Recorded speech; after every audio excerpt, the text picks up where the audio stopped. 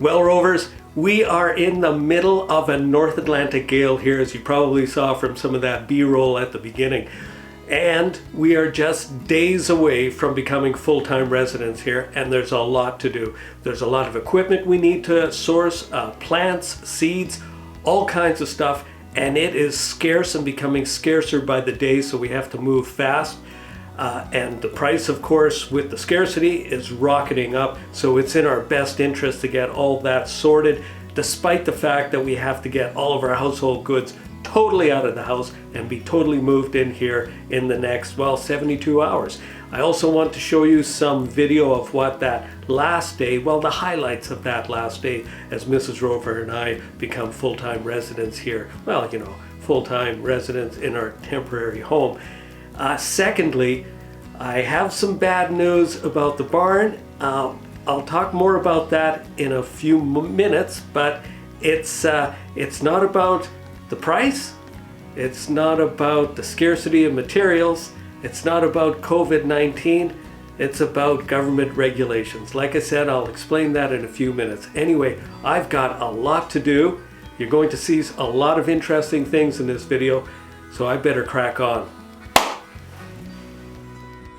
I received an early morning message from my good friends Bernadette and Eddie, who told me that John's Greenhouse and Nursery got their fruit trees in.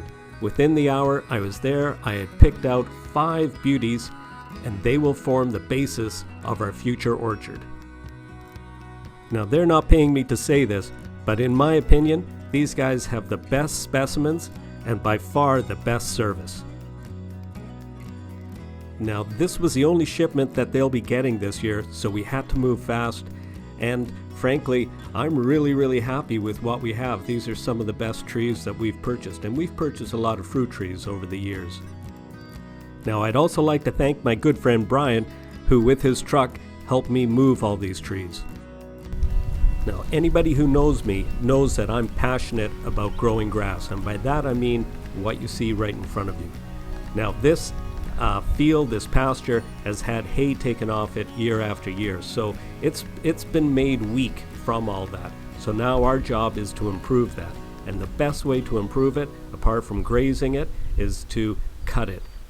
Now, with only 5 acres, an agricultural tractor just isn't necessary, so we're going to get a good quality lawn mower or lawn tractor to take care of this pasture, at least for the first few years until we can graze it. Well, I'm here with my good friend Brian McIsaac. Now, Brian, he's just a young fella, of course, but he's been cutting grass his whole life, and he's been doing it on a ride-on mower. Brian, we've seen the Husqvarna, we've seen the John Deere. I have to make a decision pretty fast on which one I'm going to get. Of course, I'm going to ask the Rovers for their opinion, but what is your opinion? Well, they both seem like they would be very good lawnmowers. Between the two of them, I would probably end up going with the Husqvarna, but that is just totally personal opinion. They both were very good. They were both very comparable in all the specs, etc., etc. I would say maybe the frame is a little bit heavier on the Husqvarna over the John Deere, and that would probably be the only thing that would lead me to lean that way. So it sounds to me like you're picking the Husqvarna because you like the color orange over green. Nope, not at all. Not at all. I actually don't mind green at all.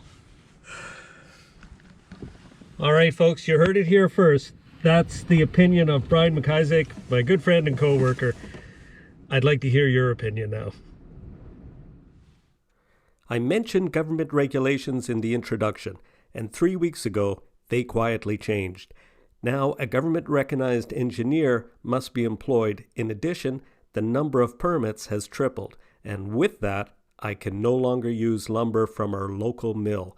The long and the short of it is that our cost has just increased over 120%. Now, as I mentioned in the last video, Rovers just don't throw up their hands and cry. We reassess our options, and I will present you with a solution in the next video. Stay tuned as we turn lemons into lemonade. Now we're looking at the area that'll be the future orchard. Unfortunately, over the years, a number of vehicles have been using this as a little driveway, and they've made large wheel ruts. Now I have to flatten those wheel ruts out, and the only way I could think of was to give my good friend Stephen Sharp a call. Now Stephen runs a lawn care company, and he's nearby, and he came over right away. And I wanted him to get there just as soon as possible because the ground is still soft, and because it's soft, we can really till it up like this and flatten the area out. Now, it breaks my heart to actually till the grass because I don't agree with that. I generally I would like to leave the pasture totally undisturbed, but we need to get that flattened out so that I can get the orchard in, because we'll be trimming around those trees, and I'm liable to wipe out on the lawn tractor when I go over those ruts. So this is the finished product. I think Stephen did a great job. I'll be getting grass seed down on this just as soon as possible, and then we'll be getting our raspberries and fruit trees and blackcurrants and grapes planted. Well, here it's the 11th hour.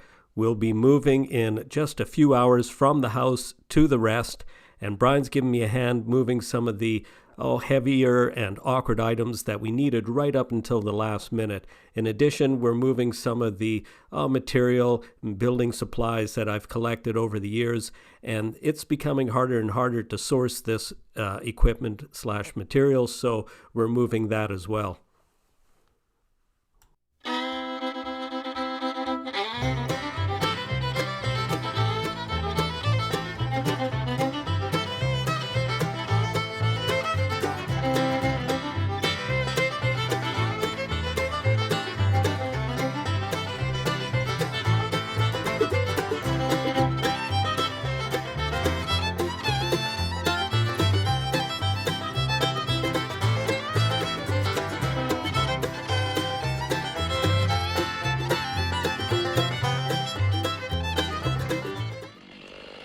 Now it's time for a little quid pro quo by helping Brian remove some of the big trees on his lot.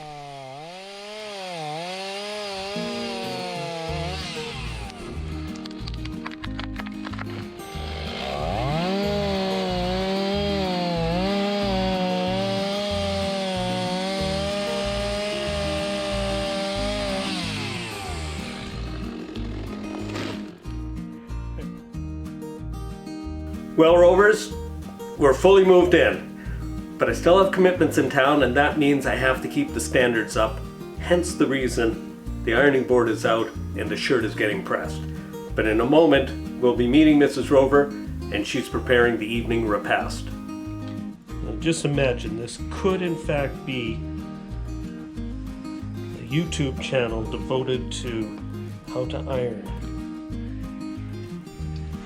Look at that. Nice crisp lines.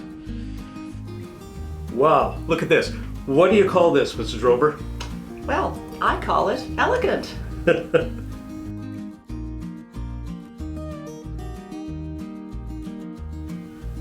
night, Mrs. Rover.